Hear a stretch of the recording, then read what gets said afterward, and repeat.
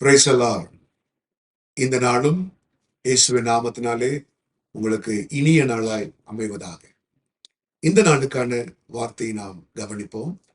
எசேக்கியேல் தீர்க்கதரிசியின் புஸ்தகம் 2ஆம் அதிகாரம் முதல் 2 வசனங்களை நாம் கவனிப்போம். அவர் என்னை நோக்கி, மனுபுத்திரனே, உன் காலூன்றி நில், உன்னுடனே பேசுவேன் என்றார். இப்படி அவர் என்னோடே பேசும்போது ஆவி எனக்குள் வந்து என்னை காலூன்றி நிற்கும்படி செய்தது.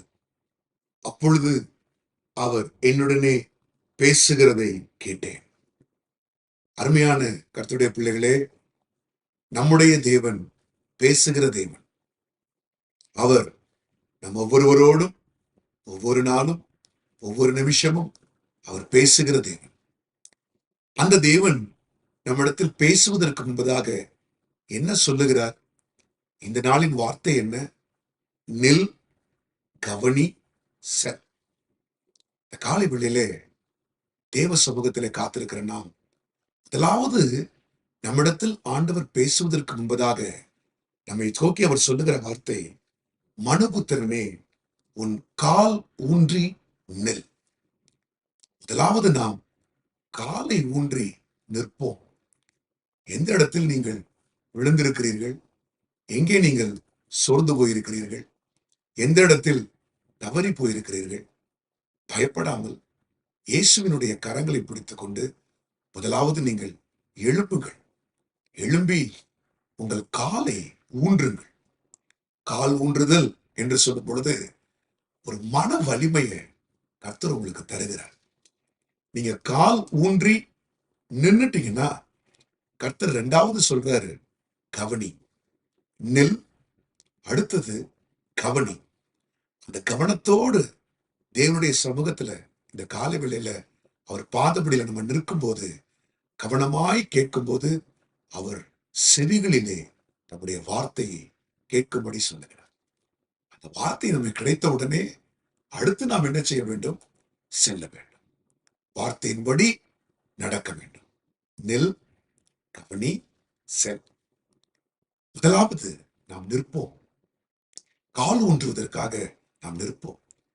அருமையான தீர்க்கதரிசியை பார்த்து ஆண்டவர் சொல்லுகிறார், எசேக்கியேலை பார்த்து ஆண்டவர் சொல்லுகிறார், அவன் யார்? மனுபுத்திரன். நாம் மனிதர்கள், மண்ணானவர்கள், நாம் பலவீனர்கள். இயேசுவே மனுஷனை பார்த்து சொல்லும் போது சொன்னார், மாமிசம் பலவீனம் உள்ளது, ஆவி உற்சாகம் உள்ளது. அந்த பலவீனமான அந்த மாம்சத்துல கர்த்தர் நமக்கு ஆவியானவரை கொடுத்து முதல்ல நிற்க வைக்கிறார். மனுபுத்திரனே, நீ நெல். எப்படி நெல்? கால் ஊன்றி நெல். தூசியை உதறிவிட்டு எழும்பு. எழும்பு, எழும்பு சீயோனே, உன் வல்லமையை தரித்துக்கொள். காலை வேளையிலே எழும்போமா? அவனுடைய சமூகத்தில் நிற்போமா? பழையவைகளை மறந்து, பின்னானவைகளை மறந்து, முன்னானவைகளை நாடுவோமா? எழும்புங்கள். எந்த சூழலையும் பார்க்காதீர்கள். பலவீனமா இருக்கீங்களா? சுகவீனமா இருக்கீங்களா? உடல்ல பலன் இல்லையா? மனதுல பலன் இல்லையா? மனித வார்த்தைகள் உங்களை நோகடித்திருக்கிறதா? சோர்ந்து போயிருக்கிறீங்களா? எந்த சூழ்நிலையா இருந்தாலும் இப்பொழுது கேட்டுக்கொண்டிருக்கும் போதே இயேசுவின் நாமத்தினாலே நான் உங்களை பார்த்து சொல்லுகிறேன், எழும்புங்கள். ஜெயத்தை கர்த்தர் நமக்கு கொடுத்திருக்கிறார். நாம் ஜெயிப்போம். நீங்கள் ஜெயிப்பீர்கள். நீங்கள் கால் ஊன்றி மாத்திரம் நில்லுங்களேன்.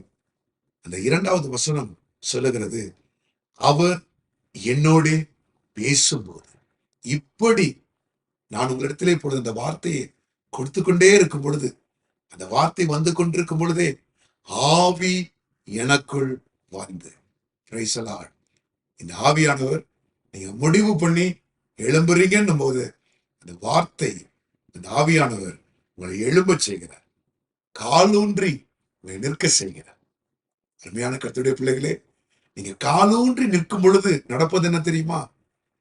இழந்து போன, உலர்ந்து போன எலும்புகள் நிறைந்த பள்ளத்தாக்கு மத்தியில கால் ஊன்றி தீர்க்கதரிசி நிற்கும் போது ஆவியானவர் தீர்க்க தரிசனம் உரைக்க சொல்லுகிறார், பேச சொல்லுகிறார். உலர்ந்து போன எலும்புகள் எல்லாம் இப்பொழுது சேனைகளாய் கர்த்தர் மாற்றப் போகிறார். உங்கள் சூழ்நிலை உலர்ந்து போயிருக்கிறதா? நீண்ட நாட்கள் பிரச்சனை இருக்கிறதா? இது யாராலும் தீர்க்க முடியாதுன்னு நம்புகிறீர்களா? நீங்கள் இன்றைக்கு கால் ஊன்றி எழும்பி நிற்பீர்கள். ஆவி உங்களுக்குள்ளே வரும். அந்த வார்த்தை உங்களுக்கு சொல்லப்படும். சூழ்நிலையை கர்த்தர் மாற்றி காண்பிப்பார். God bless you. உற்சாகமா எழுப்புங்க. கர்த்தர் உங்களை ஆசீர்வதிப்பார். ஜெபிப்போமா? அன்புள்ள பிதாவே, இந்த காலங்களிலும் உம்மை நோக்கி நாங்கள் பார்க்கிறோம்.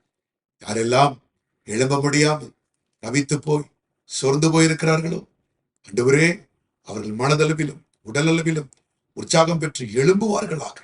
எழும்பி நின்று கவனித்து செல்ல உதவி செய்யும். தேவ ஆவியானவர் இந்த வார்த்தையை உடைய பிள்ளைகளுக்கு கொடுத்தபடி நமக்கு ஸ்தோத்திரம், ஸ்தோத்திரம், ஸ்தோத்திரம். இந்த வார்த்தையின்படியே அவர்களுக்கு ஆக கடவுள். ஆண்டவரே, அந்த வார்த்தை எங்களை இன்னும் ஓடச் செய்யும்படியாய் நாங்கள் ஜெபிக்கிறோம். ஆசீர்வதிப்பீராக. துதி கனமகிமையெல்லாம் நமக்கு ஒருவருக்கே செலுத்துகிறோம். இயேசுவின் நாமத்தில் கேட்டுக்கொள்கிறோம் நல்ல பிதாவே. ஆமென், ஆமென்.